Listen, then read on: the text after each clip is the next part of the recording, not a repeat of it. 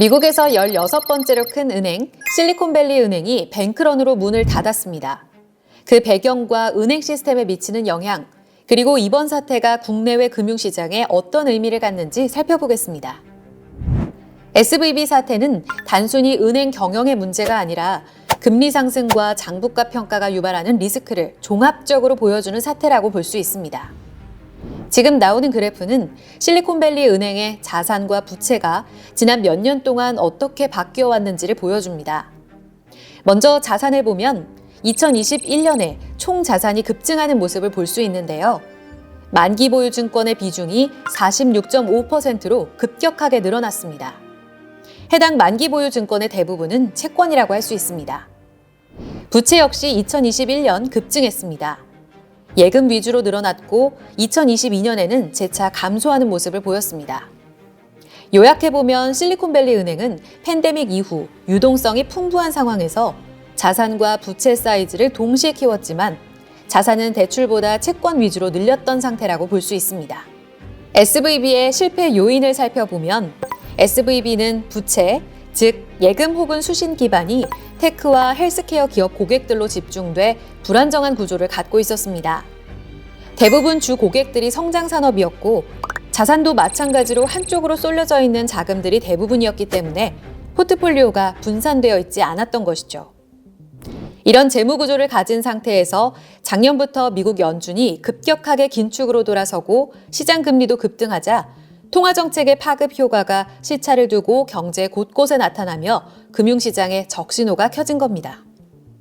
이에 따라 발생한 문제는 테크 기업들의 성장성이 죽고 자금 조달이 어려워지다 보니 기업들은 SVB 등의 은행에 예치한 예금들을 빼서 현금으로 사용하기 시작했다는 겁니다. SVB에서 예상하지 못했던 부분은 고객들의 예치금이 지속적으로 빠져나가고 시장이 급격히 하락해 예치금 규모가 2022년 1분기 1,980억 달러에서 2023년 2월 말 1,650억 달러까지 급격하게 축소됐다는 점이었습니다.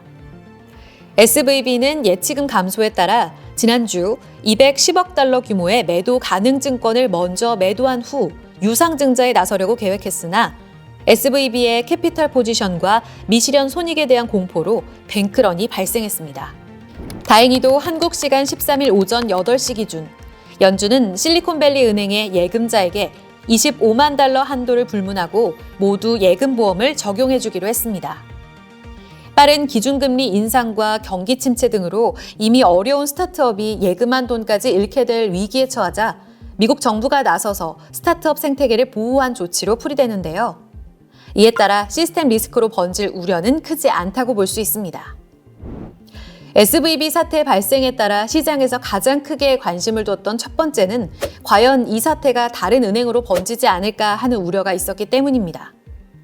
실제로 실버게이트 캐피탈 잦은 청산에 이어 세 번째로 큰 가상화폐 전문은행인 시그니처 은행도 잇따라 파산했는데 SVB 사태로 인해 투자자들의 공포심리 확산으로 하루 만에 약 13조 원이 넘는 현금이 인출됐기 때문입니다. 시그니처 은행은 구조적인 문제가 없었음에도 불구하고 SVB 뱅크런의 영향으로 파산 절차를 밟고 있는 건데요. 중소형 규모의 은행들의 이런 갑작스런 뱅크런을 막기 위해 미국 재무부를 비롯한 연준, 은행 감독 당국에서는 공동성명을 통해 모든 예금자를 보호할 수 있는 장치를 마련하겠다고 밝혔습니다. 그런데 이러한 사태가 연쇄적으로 나타나는 것은 단순히 은행만의 문제가 아니라고 볼 수 있습니다. 미국에서 은행이 파산을 했다는 사실 자체는 시장 심리에 크게 반영되기 때문에 지속적인 금리 상승이 금융시장에 조금씩 균열을 불러일으키고 있다는 사실을 여실히 보여주는 결과라 할 수 있습니다. 일단 미 재무부의 예금 전액 보호 발표로 인해 한숨 돌린 상황이지만 지역은행 추가 파산 가능성과 연준의 스탠스 변화 등 여전히 다양한 변수가 남아있는 가운데 시장에 대한 점검과 검증이 수반될 때까지 단순히 재무 건전성만 보기보다는 건전성에서 보이지 않는 리스크의 유동성 비율까지도 체크가 필요해 보입니다.